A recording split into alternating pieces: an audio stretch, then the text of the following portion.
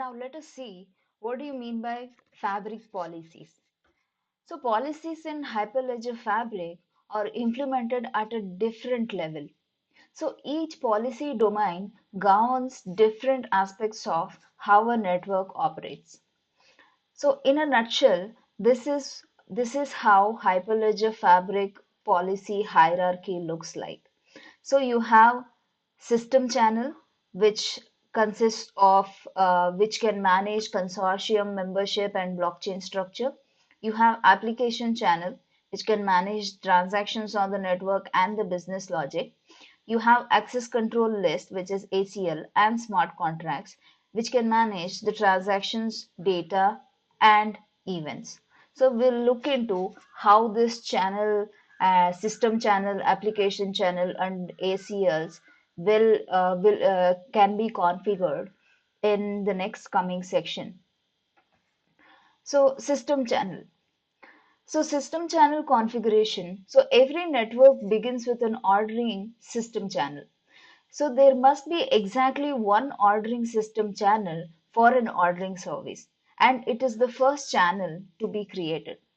The system channel also contains the organizations who are the members of the ordering service or ordering organizations and those that are on the network to transact, which are also consortium organizations. So application channel configuration. Application channels are used to provide private communication mechanism between organization inside consortium.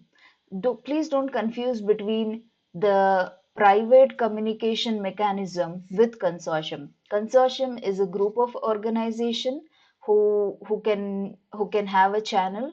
Inside that channel, if two organization wants to have private communication, you can go for application channel. The policies in an application channel governs the ability to add or remove members of the channel. The application channel also governs which organizations are required to approve a chain code before the chain code is defined and committed to the channel using Fabric chain code lifecycle. Next, coming to ACL or access control list. The network administrators will be interested in the Fabric use of ACL because it has the ability to configure access to the resources by associating those resources with existing policies. ACLs refers to policies defined in an application channel configuration and extend them to control additional resources. The default set of Fabric ACL is visible in config.tx.yaml file under the application under this section, which is application ampersand application default section. So this has to be overridden for your different environment, for example, testing and staging and production environment. So we're going to look in details about what do you mean by config.tx file and what is this application default section is all about in the practical section. So the fabric policies are flexible and can be configured to meet the needs of the network. The policy structure naturally leads to a division between the domains governed by either the ordering service organization or the members of the consortium.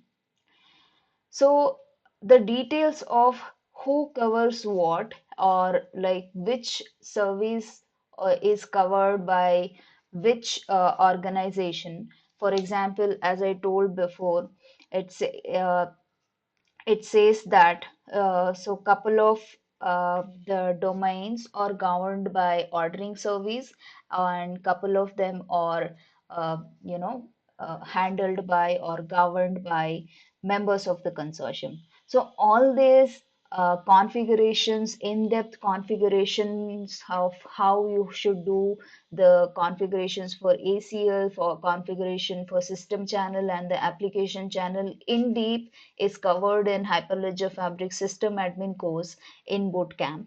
Please do subscribe for that channel if you subscribe for that course if you want to learn in-depth knowledge of configuring all this. But if you want to understand at a high level in the practical section when we do Hyperledger Fabric hands-on, so in that section you will get a brief about how we have defined all these policies.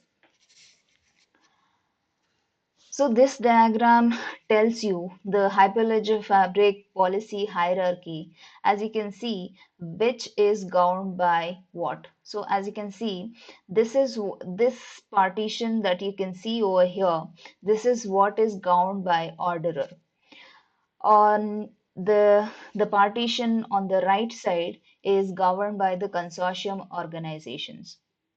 As you can see, so the system channel is governed by orderer, which is responsible for blockchain structure, consensus, consortium membership, consortium member policies, which can be categorized under reader, writers, and admin. And it is also responsible for application channel, which is consensus. And what are the things that comes under consortium organization? So consortium organization can govern the channel modification, channel membership, or organization policies, smart contract, ledger data, and events. So in-depth knowledge, again, as we told, please do subscribe for the admin system admin channel in Bootcamp. That is it for this lecture. In the next lecture, we're going to see what do you mean by endorsement policies. So stay tuned.